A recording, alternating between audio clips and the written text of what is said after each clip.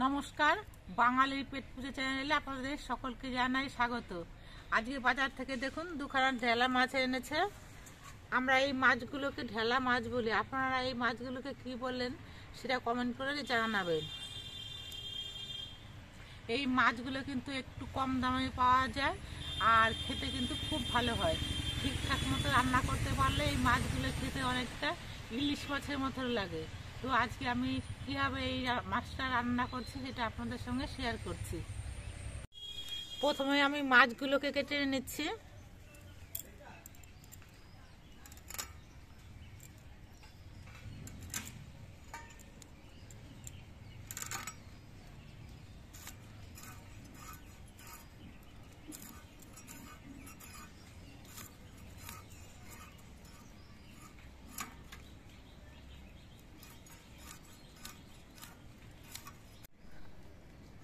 মাছের গায়ের আঁশগুলো সব ছাড়িয়ে নিয়েছি, এবার মাছটা কেটে নিচ্ছে।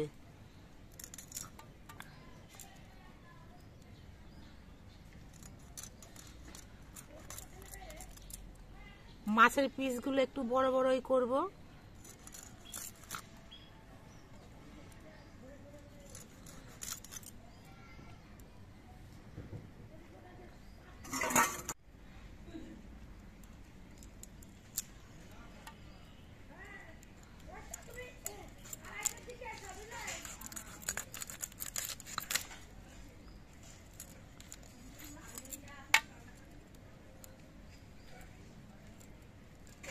মাছের কানকোগুলো ফেলে দিচ্ছে, আর এই কানকো ফেলার সময় মাছের ভেতরের নোংরাগুলো বের করে দিয়েছে। মাছের মধ্যে ডিম রয়েছে অনেক, থাক মাছের ভেতরেই থাক।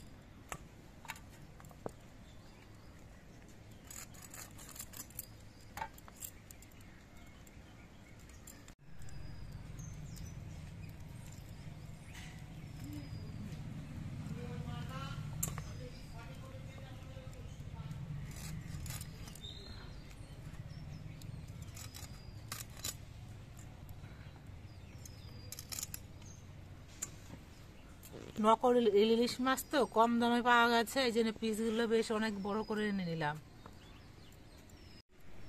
মাছগুলো কেটে নেওয়া হয়ে গেছে, এবার মাছগুলো আমি ধুয়ে নিচ্ছি।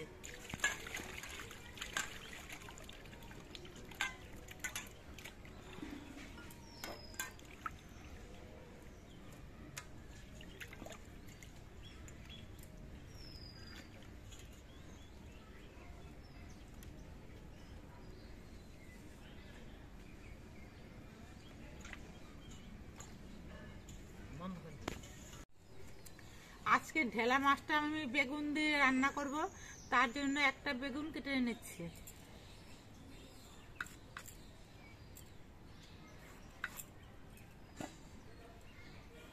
মাছগুলো যেমন বড় বড় পিস করেছি, বেগুনগুলো আমি একটু বড় করে পিস করে নিচ্ছি।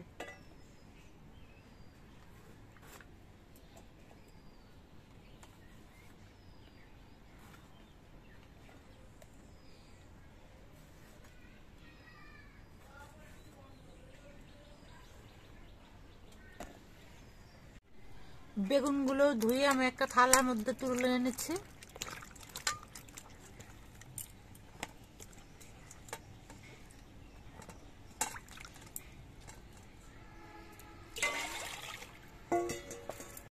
কয়েকটা কাঁচা লঙ্কা আমি কেটে নিয়েছি। এবার আমি মাছের মধ্যে নুন দিয়ে দিচ্ছি। বেগুনের মধ্যে অল্প একটু নুন দিয়ে দিচ্ছি।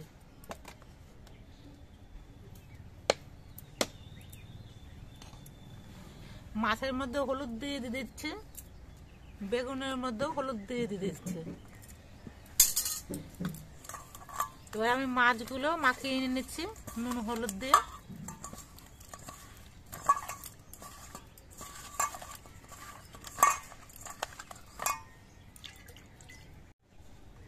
বেগুনটা নুন হলুদ দিয়ে মাখিয়ে নিচ্ছি।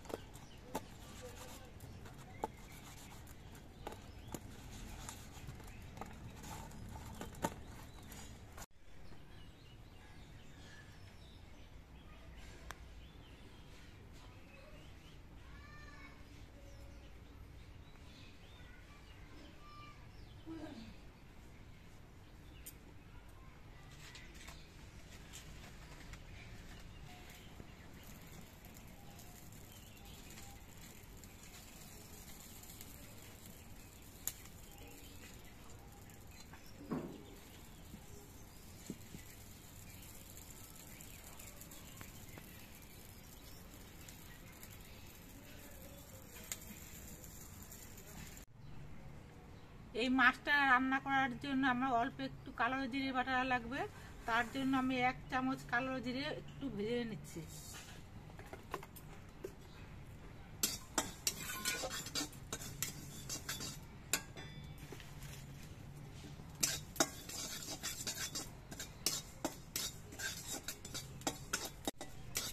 কালো জিরে ভাজতে খুব একটা সময় লাগে না, উনুনে দেওয়ার সঙ্গে সঙ্গে ভাজা হয়ে যায়।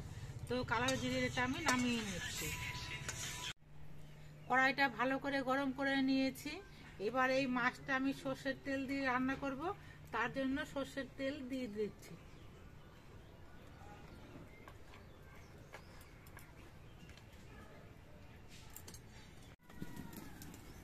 তেলের মধ্যে আমি অল্প একটু নুন দিয়ে দিচ্ছি, তাহলে মাছগুলো ভাজার সময় কড়াইতে আটকে পড়বে না। এবার তেলটা কড়াইয়ের চারপাশে একটু ছড়িয়ে দিচ্ছি।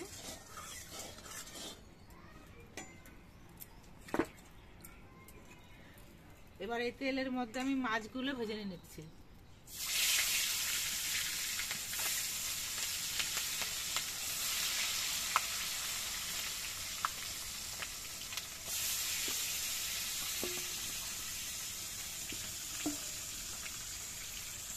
মাছগুলো আমি উল্টে পাল্টে নিয়ে 2 পিঠি ভেজে নিয়েছি। এবার মাছগুলো আমি নামিয়ে নিচ্ছি। মাছগুলো আমি খুব কড়া করেও ভাজিনি, আবার খুব হালকাও ভাজিনি, হালকা মাঝারিভাবে মাছগুলোকে ভেজে নিয়েছি।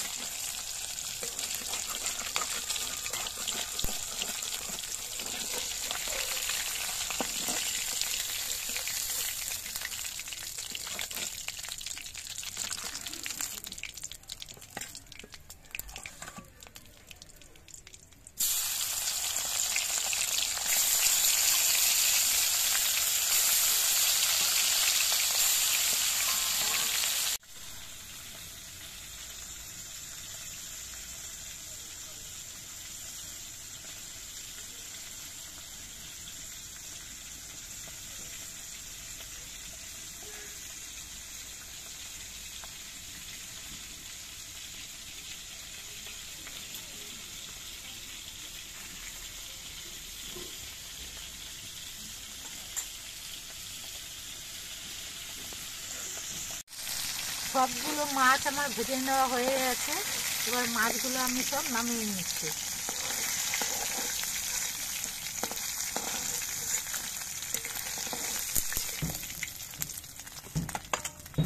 এবার আমি এই তেলের মধ্যে বেগুনগুলো ভেজে নিচ্ছি।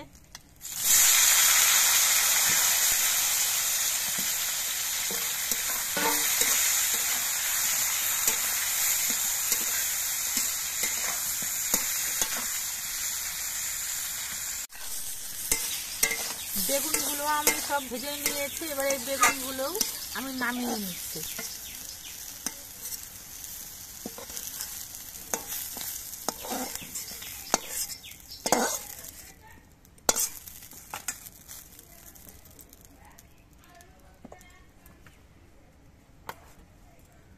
কড়াইতে আবার একটু সর্ষের তেল দিয়ে দিচ্ছি।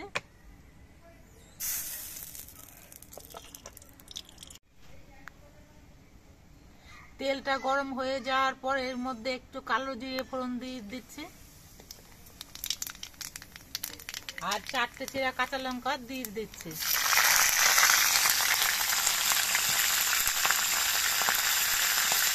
দিয়ে 1 চামচ হলুদের গুঁড়ো দিয়ে দিচ্ছি। হলুদের গুঁড়ো দিয়ে সঙ্গে সঙ্গে একটু জল দিয়ে দিচ্ছি, তাহলে হলুদের গুঁড়োটা পুড়ে যাবে না। এবার কিছুক্ষণ আমি নাড়াচাড়া করে এনে নেব। কিছুক্ষণ নাড়াচাড়া করার পর জলগুলো সব শুকিয়ে গেছে। এবার এর মধ্যে আমি পরিমাণ মতো ঝোল দিয়ে দিচ্ছি। মাছের ঝোলটা একটু পাতলা পাতলা রাখবো, তার জন্য আমি একটু জলের পরিমাণটা বেশি করে দিচ্ছি। এবার এই ঝোলের মধ্যে আমি পরিমাণ মতো নুন দিয়ে দিচ্ছি, আর কয়েকটা চেরা কাঁচা লঙ্কা দিয়ে দিচ্ছি। এবার জাল দিয়ে আমি কিছুক্ষণ ঝোলটা ফুটিয়ে নেব।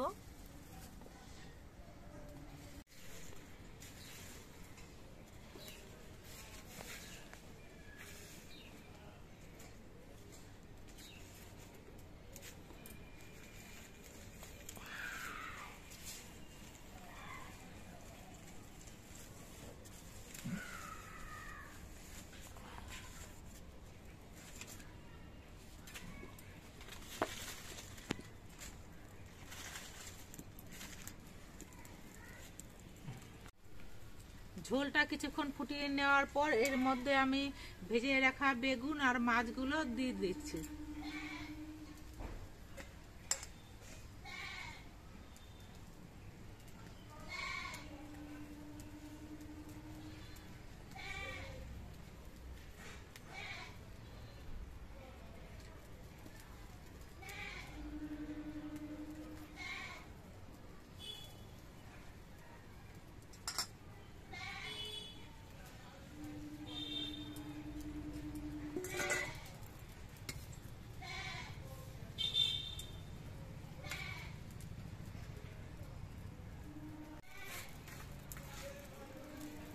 ঝোলটা উনুনে হতে থাক।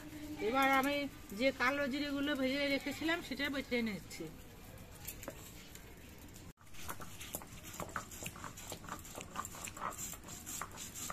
কালো জিরে বাটা দিয়ে কিন্তু ঢেলা মাছ খেতে খুব ভালো লাগে। আপনারা একদিন কালো জিরে বাটা দিয়ে ঢেলা মাছ রান্না করে খেয়ে দেখবেন, খুব ভালো লাগবে।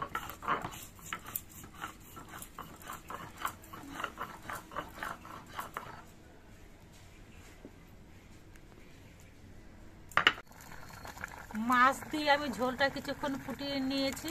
মাছটা আমার রান্না হয়ে গেছে, এবার আমি নামিয়ে নেব। তার আগে আমি কালো জিরে বাটাটা দিয়ে দিচ্ছি। কালো জিরে বাটা দিয়ে আমি খুব বেশি ফোটাবো না, 2-1 মিনিটের মতো ফুটিয়ে নিয়ে আমি নামিয়ে নেব।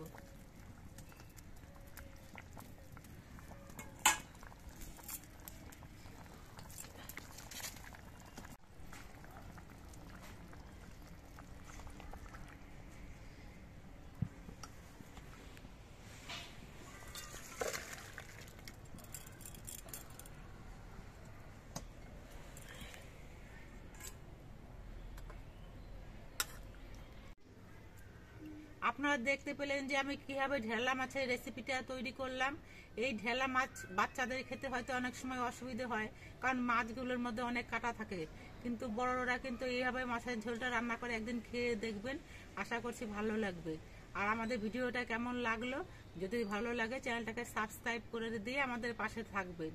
অনেক ঠান্ডা পড়েছে, এই ঠান্ডায় সকলে সুস্থ থাকবেন, ভালো থাকবেন, সাবধানে থাকবেন।